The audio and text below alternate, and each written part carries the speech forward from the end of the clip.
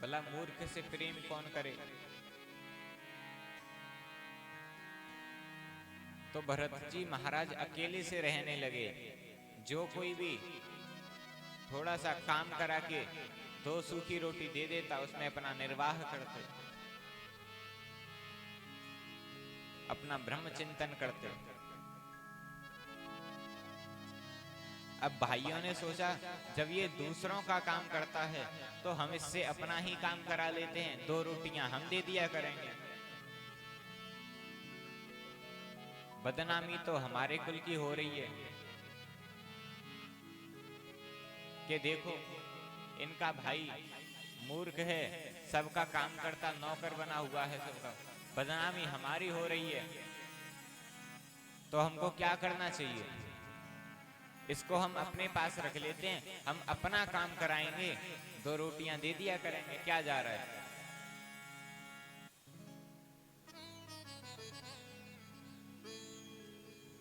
क्या जा रहा है?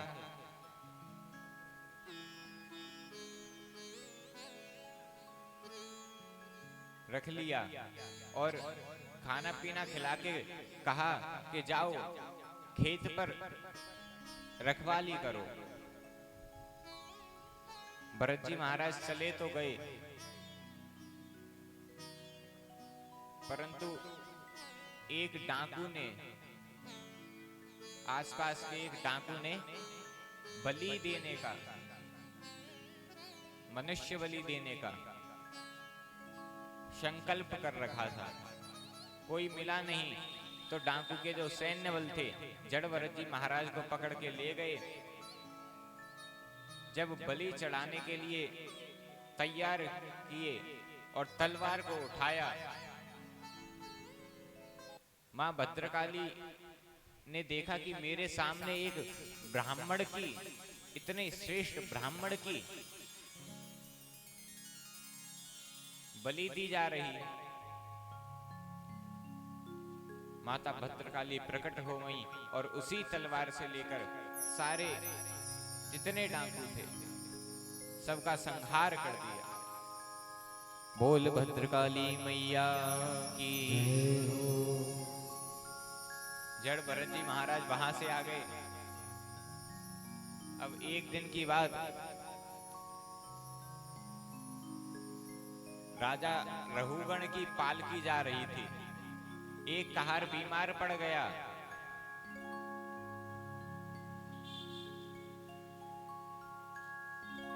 तो जो 3 कहार थे, कहार जानते हैं कहार किसको कहा जाता है? कहार कौन होता है?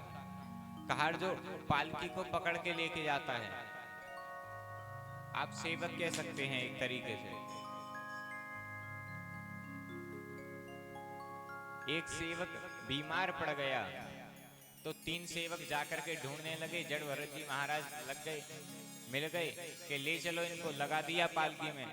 ब्राह्मण थे, लगाने के योग्य नहीं थे, मूर्ख की भांति दिखाई दिए, लगा दिए पालकी में। पालकी उठाकर ले जाने तो चले।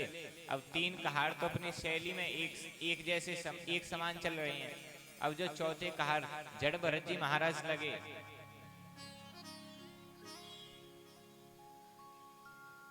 वो किस तरीके से? जड़ भरत जी महाराज जमीन पर देखते हुए चलते हैं, कहीं मेरे पैर से कोई चींटी या कोई चींटा या कोई छोटा सा जीव मर ना जाए। चलते चलते एक चींटा पैर के नीचे आने वाला था। जड़ भरत जी महाराज ने छलांग लगा दी, और जब छलांग लगाई तो रहुगढ़ का महाराज, जो रहुगढ़ महाराज बैठे हुए थे, उनका सर सीधा पालकी के ऊपर। रहुगढ़ महाराज ने सोचा कि गलती से हो गया होगा, द्वारा चले, दूसरा चींटा आ गया, द्वारा से कूद गए। अब की बार तो रहुगढ़ सीधा पालकी से नीचे।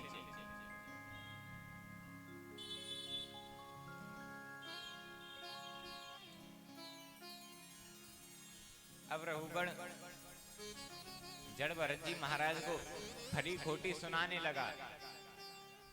अहो कष्टम भ्रातव्यक्तम परिश्रांतो दीर्घ मध्यान्हमेक अहो कष्टम, कितना कष्ट है।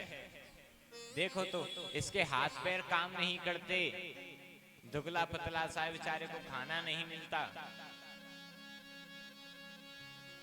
बड़े शब्दों का प्रयोग किया।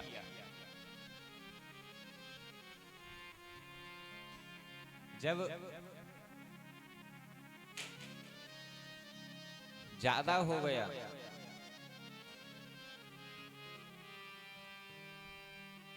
जड़ भरत जी महाराज को लगा कि अब मुझे कुछ बोलना चाहिए। अगर आज मैं नहीं बोला तो जो जीव हैं वे अज्ञान की तरफ बढ़ते जाएंगे। तो जीवन में आज पहली बार जड़ भरत जी महाराज मुख में से पहले से खुद से कुछ बोल रहे, और बोले तो ऐसा उपदेश दिया। क्या दिया?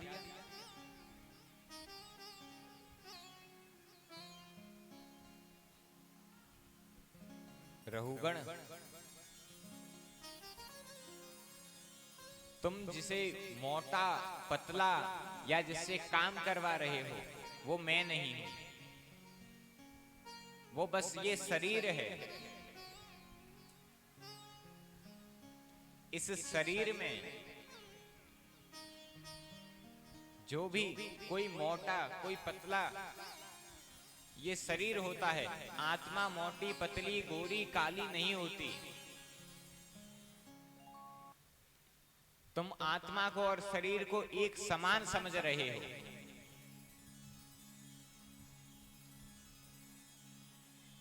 रहुगण समझ गया कि ये कोई साधारण पुरुष नहीं।